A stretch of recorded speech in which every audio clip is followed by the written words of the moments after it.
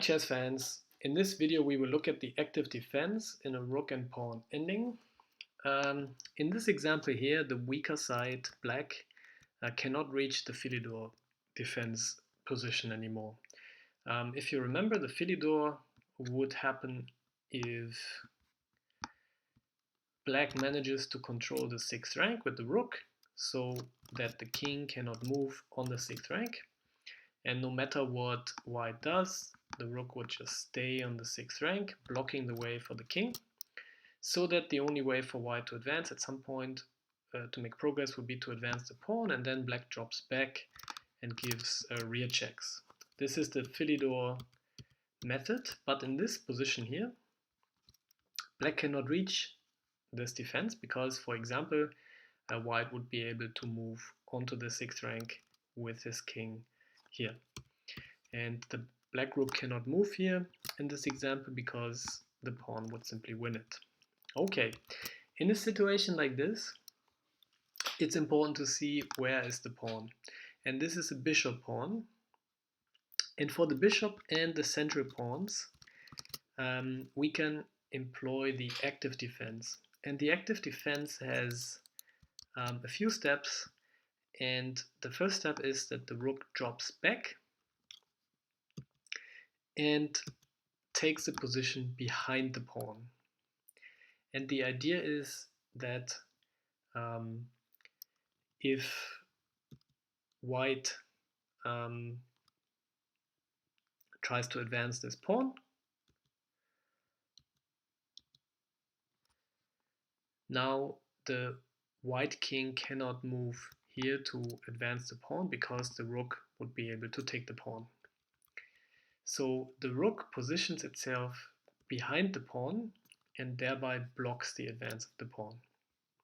Now white can try a few tricks here. Trick number one, to simply advance the pawn. But in this position here, we are back to the Philidor defense because the black king is controlling the squares in front of the pawn, and we can simply give infinite rook rear checks, and no matter what white does, white cannot escape the checks anymore, and the position is drawn. Another trick is that white threatens a mate here, and now the king has to move, and after rook check, king has to move again. White can try 3 more tricks, and for each trick we have a defensive method. The first trick is to move the king to the side so that the pawn can advance.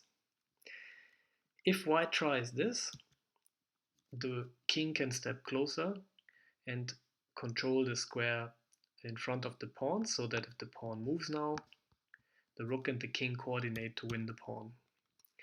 So what white can do in this position is to give a check, but then the king simply moves back to f8, and if the pawn advances, we have the rear checks again, and if white moves the king back, we are just in the position that we started at.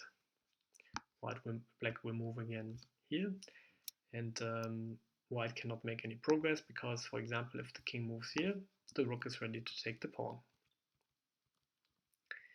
So moving the king away does not work. But what can white do if white wants to advance the pawn? One trick is to protect the pawn from the side with the rook, with the plan that the king now can move to the side, and black cannot take the pawn with the rook, because this rook protects it. In this case, the black rook can swing to the side and give side checks to the king. So if now white moves forward to advance the pawn, the black rook can come and give checks from the side, and there's nothing that white can do because the black king is controlling the backside, and there is 3 files distance between the rook and the king. If the king decides to move away here, the rook can drop back again to give checks from the rear. And we are in the same technique that we have seen before. And if the king tries to get closer to the rook, the rook simply drops back and attacks the pawn, and the king is ready to come in and grab the pawn, so the white king better moves back to get this pawn and to prevent this, but then the rook goes back and is ready to give checks again. Okay, so that doesn't work, protecting the rook from the side, because we get ready for side checks. And so in this position here, we have seen the king cannot move to the side. We have seen that if the rook tries to protect from the side, it doesn't work. So one other try is to protect the pawn with the rook on this file here like this. And the same technique applies again. Black gets ready to give checks from the side. If the king now moves to advance the pawn, black simply gives infinite checks and the position is drawn. If the white king moves away, the black king can step in to both control the square in front of the pawn and in this case also attack the rook. But what happens if in this position here white moves the rook so as to give protection from the side? Well, black simply gives side checks again, and if the rook moves in between, the rook just stays here and harasses white from the side. Of course, not rook a7 because white could exchange the rook here, but rook a8. And if white tries to make progress, the rook just stays here ready to give checks.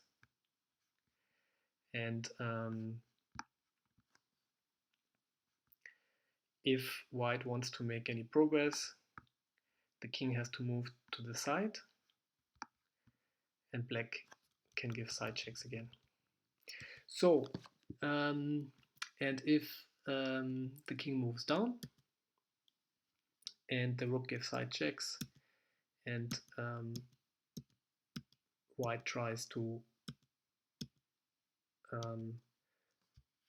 make progress like this, then at the very last moment the king can step in and again control this square together with the rook from the side. So this is the defensive method if white tries to protect the rook from the f-file. So let's have a look again. The defensive method is to drop the rook back so that we are ready to stop the advance of the pawn from behind. And let's have a look at the 4 tricks. If the pawn advances, we just give back checks, and there's nothing that white can do, like in the Philidor position. If white tries to threaten a mate and try to chase the king away a little bit, and in this position steps aside to move the pawn forward, the black king steps back in to help with the protection of the pawn and simply moves back in front of the pawn again if the rook tries to chase the king away.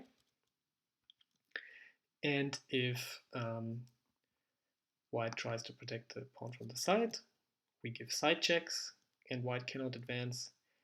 And if white protects the pawn from the front, we also get ready to give side checks. And that's the active defense. It works against the bishop and the center pawns. One thing that's important here in this position is that if you are defending like this, you have to make sure the king in this position where white threatens mate moves to the short side, as we have seen in the example. The reason is that if the king moves to the long side, then white now wins, because after rook a8 the king has to move up to this side, and now the technique of protecting the pawn from the back works for white. Black cannot do anything against it because the rook has to be ready to give side checks from the side, from the short side. And as you can see, there is not enough space here between the king and the rook. So if white now proceeds, if black in the end tries to give side checks here, the white king moves to the side while attacking the black rook. So the rook has to move not to be taken. And then if the pawn advances, it's too late for the black king to step in. In fact, white has to move the rook to the side here, and white will reach a Lucina type position and win like this. Okay, so